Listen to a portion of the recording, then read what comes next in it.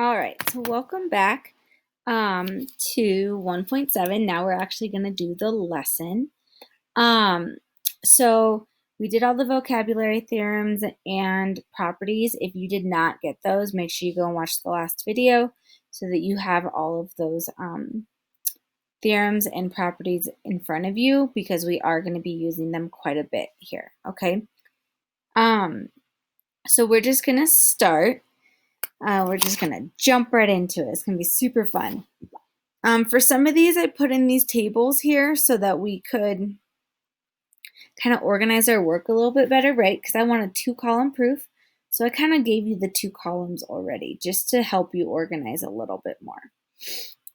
Okay, so a couple things to point out is you're always going to be given some sort of information. Okay, in this case, I'm given that angle 1 and angle 2 are vertical angles because they are across from each other. Okay, usually whatever information is given, that's going to go in the top line here. So I'm going to go ahead and write a statement that angle 1 and angle 2 are vertical. So anything I write on this left-hand side, I have to justify over here. Well, in this case, my reason is that it was given to me. I know that that's the case because they told me, literally right here, they told me. Okay, and I'm trying to prove that angle 1 is congruent to angle 2. And I don't have that measurement yet, or like I don't have that reason yet, excuse me. So I can't write anything here yet, but I do know that this is what I'm trying to prove. Okay, so I know that angle 1 and angle 2 are vertical, so I'm going to go ahead and look at this and kind of notice what else do I know. Okay, I also feel confident in knowing that angle 1 and angle 3 equal 180 degrees because they're a linear pair, right? So if I ignore this line right here, do you see how this is a just straight line? So that's 180 degrees. And then this, oh boy, that line coming off of it creates a linear pair with angle 1 and angle 3. Okay, so I know, let's get rid of all of that so it's not confusing. I know that angle 1 and angle 3 add to 180. So I can say the measure of angle 1 plus the measure of angle 3 equals 180. And using that same logic, I can also say that angle 2 and angle 3 add to 180 because of linear pairs, right? I can draw, there's my 180 degrees, and there's my line, and angle 2 and angle 3 make 180 degrees. So I can also write that underneath here too. So measure of angle 2, wow, I'm blanking, so sorry, plus the measure of angle 3 equals 180 degrees. And the reason for both of those is because of the linear pairs theorem. So that's something that we wrote down in our theorems page. The linear pairs theorem tells me that if 2 angles add to 180, if 2 angles make a straight line, then they add to 180. Okay, now I can kind of look at this and say, hey, if 1 plus 3 is 180 and 2 plus 3 is 180, right? If one thing is 180 and another thing is 180, aren't they the same? Right? If one is 180 and the other one's 180, they have to be the same. So now I can say that the measure of angle 1 plus the measure of angle 3 is equal to the measure of angle 2 plus the measure of angle 3. So all I did was I don't really want to write on it because I'm going to mess it up for us, but all I did was take this measure of angle 2 plus measure of angle 3, which is 180, and I substituted it in right here, okay? Because they're both 180. So if they're both 180, they are equal to each other. And this is the transitive property. Now, even though it's called the transitive property of equality, we can just write transitive property. We know that the of equality part is there. We just don't have to write it. Okay, so if I have measure of 1 plus 3 and 2 plus 3, I can subtract, I'll do this maybe in a different color here. I can subtract the measure of angle 3 from both sides, which cancels it, which gives me the measure of angle 1 is equal to the measure of angle 2. And all I did there was that was the subtraction property of equality. But I'm just going to write subtraction property, right? The subtraction property tells me that if I subtract something from one side, I have to do it to the other. So if I subtracted the measure of angle 3 here on the left side, I also have to do it on the right side, and that's fine. So right now I know that the measure of angle 1 is equal to the measure of angle 2. Well, if the measure of angle 1 is equal to the measure of angle 2, can we say that 1 is congruent to 2? Yes, we can. And that is the definition of congruent angles, right? Definition of congruent angles. There we go, we got it to fit, okay? The definition of congruent angles tells me if two angles have the same measure, right? One angle is 45 and the other angle is 45, then those two angles are congruent. And that's my proof. Okay, I've proved that if these two are vertical angles, then they are the same angle measure. They are congruent. Whoosh, that's a lot, right? It's a lot to remember. The biggest thing with proofs, you guys, is that you just have to keep practicing, okay? Every single problem is different, so I can't tell you step 1, do this, step 2, do this, step 3, right? Every single problem is different, and so we just have to kind of be on our toes here and writing down information that's going to be helpful to us. And the more that you do it, the more practice you get with it, the easier it's going to be. You're going to kind of notice patterns, okay? By no means do I expect you to be an expert after one example, okay? So here's a try it, but we're actually going to do it together, so no panic, okay? No stress. Let's see if I can move this. Nope. Okay. Let me make it smaller. Oh, perfect. Okay. So, here I'm given, I have my column already. Normally you won't be given the columns, which just means you have to draw it yourself. It's no big deal, okay? So I'm given that BD, so this is a ray. I know it's a ray because of the symbol up top. So ray BD, which is right here, bisects angle CBE. And that's given to me. And I'm trying to prove, it's always good to know what you're trying to get to, right? I'm trying to prove that ABD, so this angle, is congruent to FBD, that angle. So that's what I'm trying to prove. Okay, so we just want to keep that in the back of our minds here. But I'm going to start with what I'm given. I'm given that ray BD bisects angle CBE. And so I can say this statement because that is given to me. Okay, so by definition of bisect, right, bisect means cut in half. So that means that these two angles are the same, right? Because that's what bisect means. So since I know that, I can say that angle CBD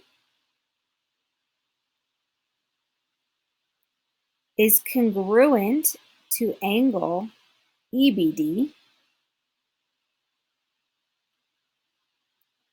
Okay, so I know that these two angles are the same because it's the definition of bisector. Definition of angle bisector, right? That definition tells me if I have something that bisects, it cuts it in half perfectly. So BD cuts this angle in half perfectly so that this CBD and EBD are the same. Okay, great. So now I know that CBD and EBD are the same. So that's good, right? So if I know that they're congruent, can I say that their angle measures are the same? So now can I say that their angle measures are the same? And yes, and the definition, there it's the definition. I'm going to abbreviate definition if you don't mind. Definition of congruent angles, right? If two angles are congruent, they have the same angle measure. So if two angles are congruent, then their measure is the same. The degrees that they are is the same. Okay, so now I know that these two angles have the same degree. Awesome. But I want to be proving, let's change my color up. I want to be proving that this angle and this angle are the same. So I know these two are the same, but what about this angle, right? I need to know that this angle and this angle are the same. Because if these two angles are the same and these two angles are the same, then I can say that the whole thing is the same. Well, looking at this, I see that these two angles are right across from each other. So they are vertical.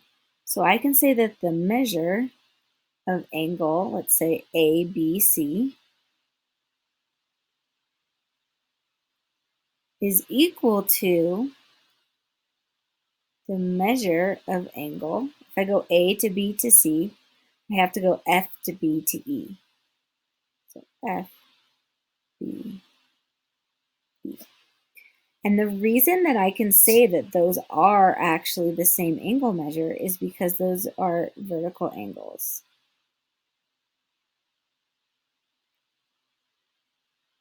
Right? They are vertical angles, therefore they are the same angle measure. All right. So if I know that these two, the red ones are the same and the purple ones are the same, hopefully I'm getting to the point where I can see that the red plus the purple is equal to the red plus the purple.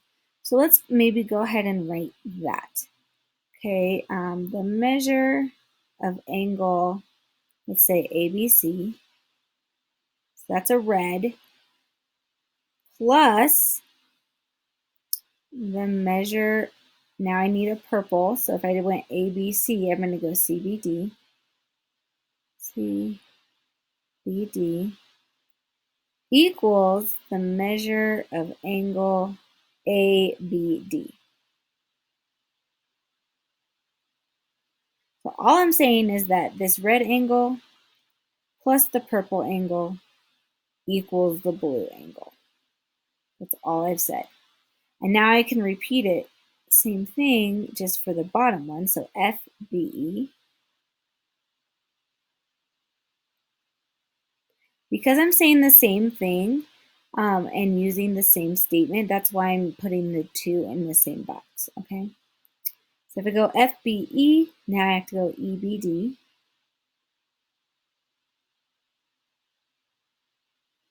And that's going to equal the measure of angle, the whole thing, which is FBD. Okay, so again, all I'm saying is that the red angle plus the purple angle equals the blue angle.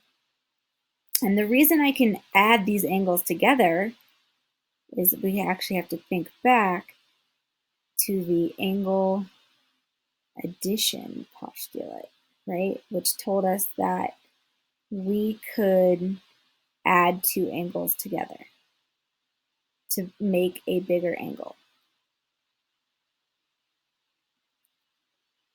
Okay, so that told us that we are allowed to do that. All right, I'm going to keep going then. So if I know that ABC, so the red plus the purple is the blue, and the red plus the purple is the blue, okay, then all this is saying is that this blue is red plus purple, and this blue is red plus purple, so they must be the same, right? Because red and purple are the same.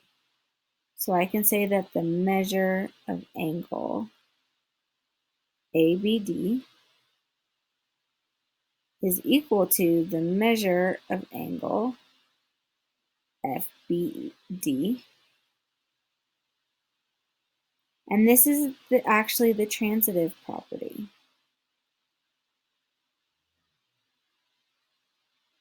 The transitive property, right? So this is saying, hey, I have one angle that's purple plus red. Then I have another angle that's purple plus red. So those two angles must be the same. And that's the transitive property. And once I know that the measures are the same, right, I'm trying to prove that they're congruent, not that their measures are the same. But once I know that their measures are the same, then I can go ahead and say that they're congruent because, and my pen is starting to get jumpy, because of the definition of congruent angles. Definition of, right, so the definition of congruent angles says that if the angle measures are the same, the angles are congruent. And then we don't actually need this box because I've already proved that ABD is congruent to FBD. Okay, so I've proved that AB to D, this blue one, is the same as this blue one. Whoosh. Okay, so two examples there. Pause if you need to ask questions. Please, please, please reach out to your teachers if you need help with this. This is hard, okay? We're not pretending like this isn't hard, okay? There's a lot of stuff going on. So let us know if you need help. So we're going to look at example 2 here. We're going to apply the vertical angle theorem. All right, so the diagram shows how glass lenses change the direction of light rays passing through a telescope. What is the value of x, right here, the angle formed by the crossed outermost light rays through the focal point? Okay, so in order to make this easier, I'm going to label some points so that we can actually name angles. Okay, so I'm going to call this angle Z, or point Z. I'm going to call this point A. I'm going to call this guy point E. I'm going to call this point B. And I'm going to call this point R. Like all over the place, right? Okay. So one thing that I have to note, first of all, is that the measure of angle ZEA, right? ZEA, this guy right here, is equal to the measure of angle BER. And the reason that I know that is because they are vertical angles. Do we see how they are directly across from each other from a center point, right? Directly across from each other. So then the question is, what is angle ZEA? Well, this angle right here, if half of it is 11, and the other half is 11, this angle is 22. Which means what is x? Also 22. So we can say that the measure of angle BER is equal to 22 degrees. So hopefully not too bad, right? Just figuring out that this angle right here is 22. Therefore, the one directly across from it, the one vertical from it, is also 22. All right, try it here. I want you to actually try this one. Give it a shot. Find the value of x and measure each labeled angle. So the biggest thing here is, what do we know about this angle and this angle, right? They are vertical to each other, which means they are equal. Okay, so they are equal, so I can set up an equation telling me that these two angles are equal. Then I can solve for x. Once I know x, I can plug it back in and solve for the angles. So try it. Even if you mess up, it's better to try it and mess up and fix it than to not try it at all. So try it, and then when you're ready, go ahead and hit play. Alrighty, so let's look here. I know that these two angles are equal to each other because they are vertical. So this tells me that 6x minus 45 equals 4x plus 5, right? Because they are equal to each other. And then now I'm just going to solve. So minus my 4x, minus my 4x. I'm left with 2x minus 45 equals 5. Okay? Add 45, add 45. Pin's getting jumpy on me. 2x is equal to 50. So divide by 2, divide by 2. X equals 25. And that is part of the question, right? It's asking me, what does x equal? Find the value of x. X is 25. Now it wants me to find the measure of this angle. So I can pick either one. Doesn't matter which one I can pick. And I'm going to plug in my value for x. So I'm going to do the 4x plus 5 just because the numbers are smaller, but it shouldn't matter, okay? So I have 4 times x is 25 plus 5. So 4 times 25 is 100 plus 5. So I get the measure of each of these angles is 105 degrees. So this guy is 105 degrees, and this guy is 105 degrees.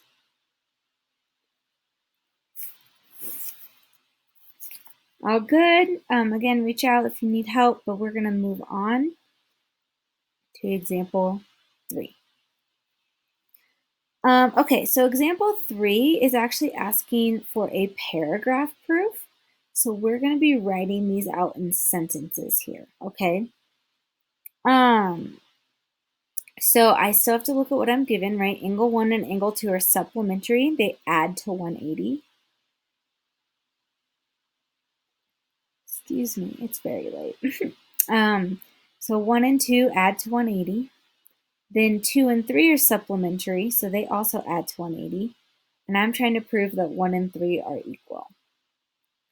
So I'm just going to start with what I'm given, right? So by definition of supplementary,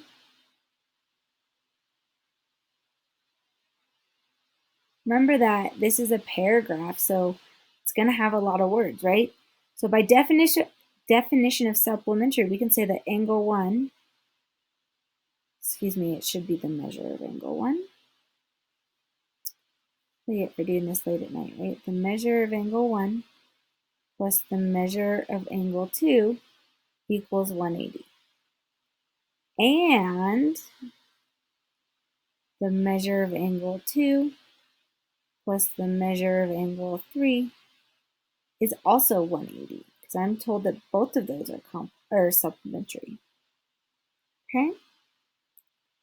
Because both add to 180. And again, your sentences could be totally different than mine. as long as it has the same idea, okay? Because both add to 180, that tells me that the measure of angle 1 plus the measure of angle 2 is equal to the measure of angle 2 plus the measure of angle 3. Right? Because they both add to 180, then this happens. And then we can say by the subtraction property, right? I can subtract 2x, the measure of 2x to both sides. So let's do that in a different color just so you see what I'm doing. I'm subtracting the measure of angle 2, and I'm subtracting the measure of angle 2. So those actually end up canceling. So by the subtraction property, I'm left with the measure of angle 1 is equal to the measure of angle 3. Okay, so their angle measures are the same. Does that mean that they are congruent? And yes, so by definition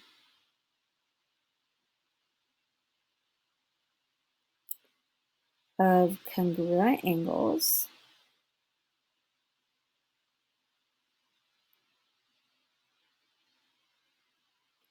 okay, so since their angle measures are the same, I can go ahead and say that angle 1 is congruent to angle 3, which is what I'm trying to prove right here. Okay, and there's my paragraph proof. I've proved that angle 1 is congruent to angle 3 right here. This is what I was looking for. And I did it all in sentence format instead of that 2-column proof, right, that column format. Okay, so even though this one says you try, we're going to go through it together. If you want to try it, go ahead and hit pause. But if you don't, we're going to go through it right now. Okay, so write a paragraph proof of the congruent complements theorem. We don't know what that is. We haven't actually defined that theorem, okay? But I am given that 1 and 2 are complementary. So that complementary means that they add to 90. So instead of adding to 180, they add to 90. Okay? So 1 and 2 are complementary. And also 2 and 3 are complementary. So I want to prove that 1 is congruent to 3. It's going to be very, very similar, right? So by definition of complementary angles,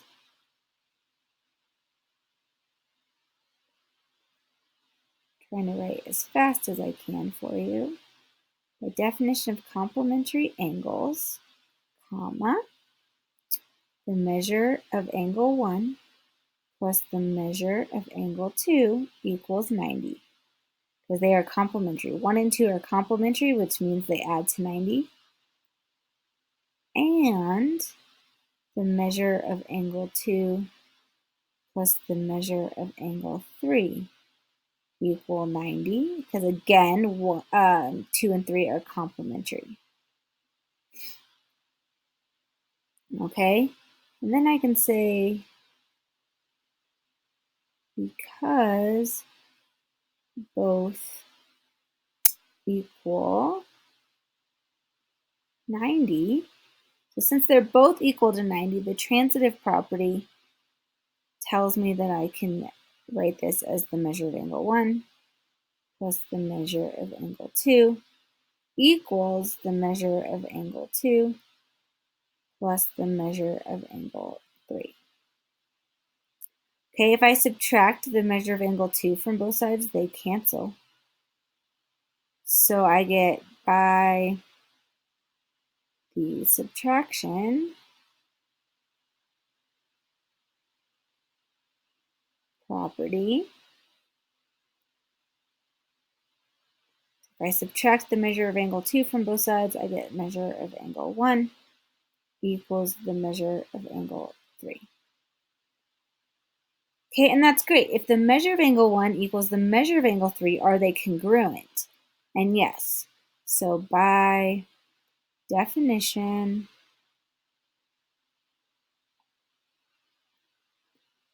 of congruent angles, right? The definition tells me if the angle measures are the same, then the angles are congruent. So measure of angle 1 is congruent to 3, angle 3. Sorry, not the measure. Just angle 1 is congruent to angle 3. Okay, so again, you are not expected to be an expert in this right now. This is hard, right? The more that we practice, the more exposure you get to it, the easier it'll become. But you have to put yourself out there and try it.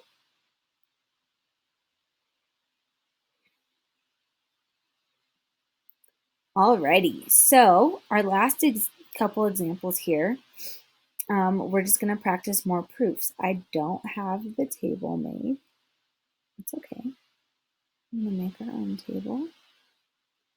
Okay, and these are our statements.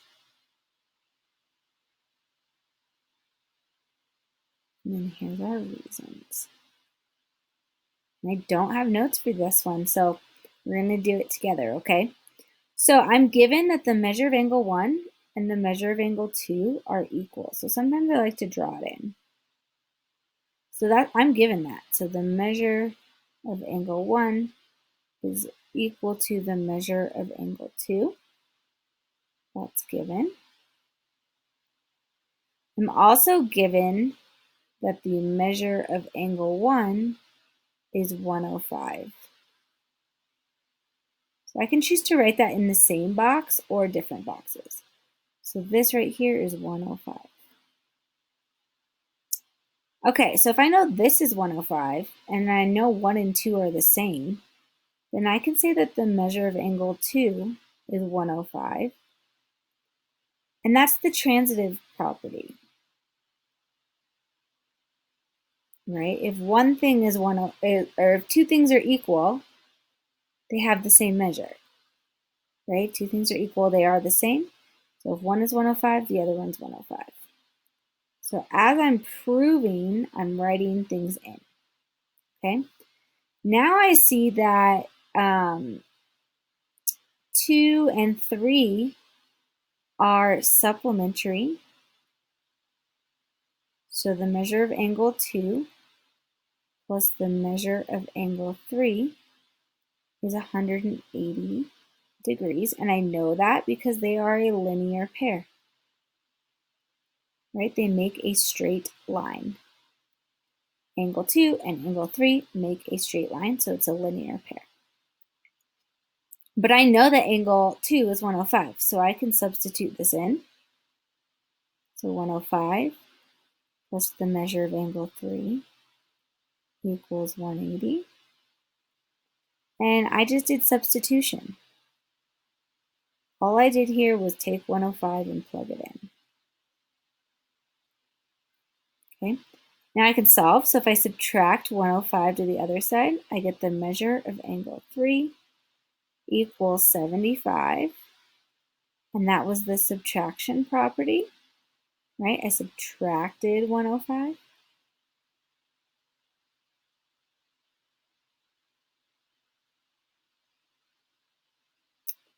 And this is what I was trying to prove. So if you didn't understand what I did here, I subtracted 105. Hopefully that makes sense. And this is what I was trying to prove. I was trying to prove that the measure of angle 3 is 75, and I did that, so I'm done. Boom, donezo. Okay, so hopefully, again, the more that we do it, the more that it makes more sense, okay? And we have one more, and then we're done. So here it is, a 2-column proof again. So I'm going to draw. And again, I don't have notes for this one, so we're going to do it together. So on the left is my statements, on the right is my reasons. Alrighty, so let's see how this goes. Okay, I'm given that the measure of angle 4 is 35. So notice I'm writing things in as I know, okay? And then I'm also given that the measure of angle 1 is equal to the measure of angle 4 plus 2. Okay, so I'm going to write this all on the same line. So the measure of angle 4 is 35. And I'm given that the measure of angle 1 is equal to the measure of angle 2 plus the measure of angle 4. And the reason, I almost wrote reason again, that's funny. The reason I know all of this stuff is because it was given to me. And I'm trying to prove that 3 is 70. Okay, so that's what I'm trying to prove here. All right, so I'm just going to start with things that I noticed automatically. One, I noticed that 4 and 2 are directly across from each other. Okay, right? They are vertical. So I can say that the measure of angle 4 is equal to the measure of angle 2 because of vertical angles. Vertical angles, right? So then I can go ahead and write that this is also 35. Alrighty. Now, I kind of like this up here, right? I know that angle 4 is 35, and I know that angle 2 is 35. So the measure of angle 1 is equal to the measure of, oops, excuse me. We know that the measure of angle 2 is 35, and we know that the measure of angle 4 is 35. So we can say that the measure of angle 1 is 70, and that's just the substitution. All I did was substitute values in, right? I substituted measure of angle 2, which I found right here, sorry, and the measure of angle 4.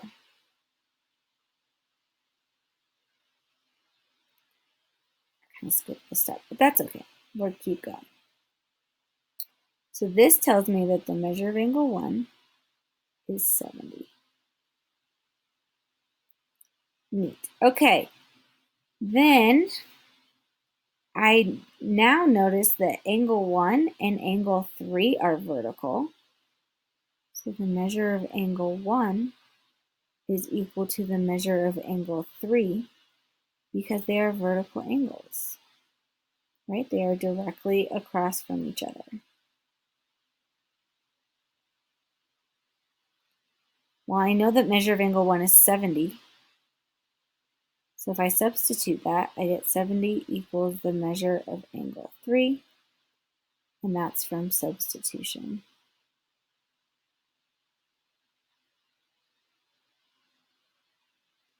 And that's what I was trying to find. I was trying to prove that the measure of angle 3 is 70, and I did that. Okay, so again, please reach out to us. We're going to do a lot of practice on this, right? You're going to get plenty of time. The more you do it, the easier it'll be. And we're going to be looking at this in multiple units. So this is not just unit 1, okay? We're going to be looking at this multiple times over and over and over again. So you're going to get plenty of practice. But reach out to your teachers if something's not making sense. Otherwise, this is the last section in unit 1. Really, if there's anything in any of the sections in Unit 1, now's the time to reach out and let us know if you need help. Otherwise, I'll see you guys later.